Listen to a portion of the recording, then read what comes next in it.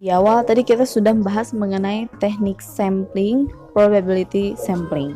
Yang kedua ini non-probability sampling, di mana teknik pengambilan sampel ini yang tidak memberikan peluang atau tidak memberikan kesempatan yang sama bagi setiap unsur atau anggota populasi untuk dipilih menjadi sampel.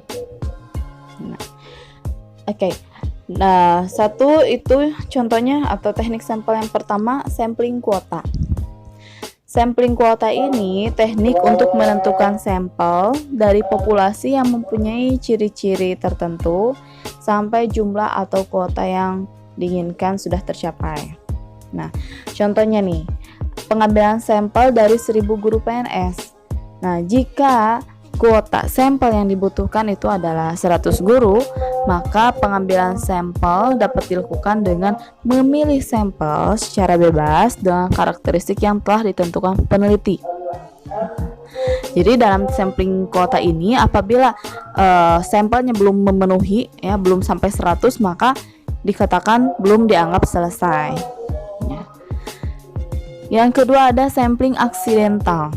Teknik sampling ini berdasarkan faktor spontanitas. Jadi artinya siapa saja yang secara tidak sengaja bertemu dengan peneliti, maka orang tersebut dapat dijadikan sebagai sampel. Nah, contohnya nih, ya, peneliti itu ingin mengetahui minat mahasiswa untuk mengunjungi perpustakaan.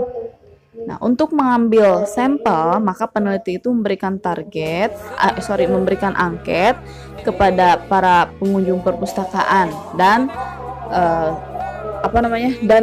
anggota perpustakaan tersebut dijadikan sebagai sampel. Oke, yang ketiga ada sampling purposive, yaitu teknik pengambilan sampel dengan pertimbangan-pertimbangan tertentu. Nah, biasanya nih teknik ini digunakan untuk studi kasus yang mana aspek dari kasus tunggal yang representatif diamati dan dianalisis.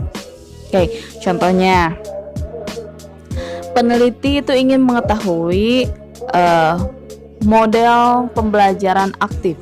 Maka sampel yang dipilihnya itu siapa? Yaitu responden yang aktif dalam bidang pembelajaran aktif, misalnya guru, wakil kepala sekolah, urusan kurikulum, dan lain-lain. Contoh yang kedua misalnya peneliti akan meneliti mengenai kualitas makanan. Nah, maka sampel sumber datanya atau respondennya adalah orang yang ahli dalam bidang makanan, atau penelitian tentang kondisi politik di suatu daerah, maka sampel sumber datanya itu adalah orang yang ahli politik. Nah, biasanya sampel ini lebih cocok digunakan untuk penelitian kualitatif atau penelitian yang tidak melakukan generalisasi. Nah, ini ya contoh-contohnya. Oke, yang nomor 4 yaitu sampling jenuh. Nah, teknik penentuan sampel bila semua anggota populasinya digunakan sebagai sampel. Nah, hal ini dilakukan bila jumlah populasinya itu relatif kecil, kurang dari 30 orang ya. Nah, itu berarti 30 orangnya itu dijadikan sebagai sampel. Gitu. Misalnya nih ada jika terdapat 28 orang yang terseleksi sebagai peserta pertukaran pelajar ke Swiss, maka jumlah ini kan kurang dari 30, maka 28 orang ini dijadikan sebagai sampel.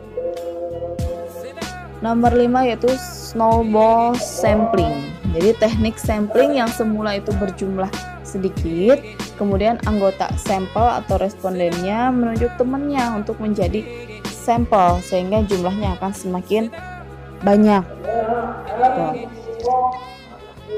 Nah, seperti ini ya gambarannya ya mengenai sampel snowball sampling ya.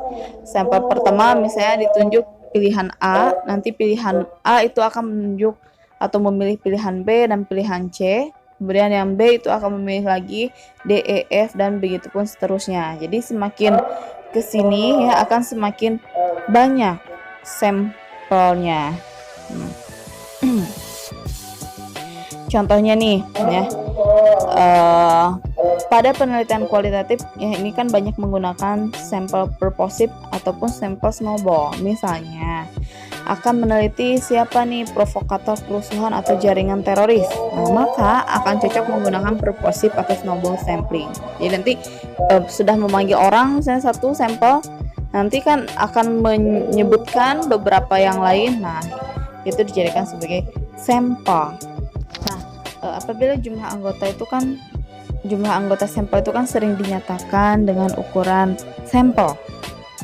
Jumlah sampel misalnya yang diharapkan 100% itu mewakili populasi adalah sama dengan jumlah anggota populasi itu sendiri.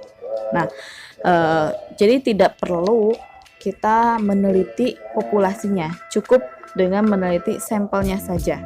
Ya.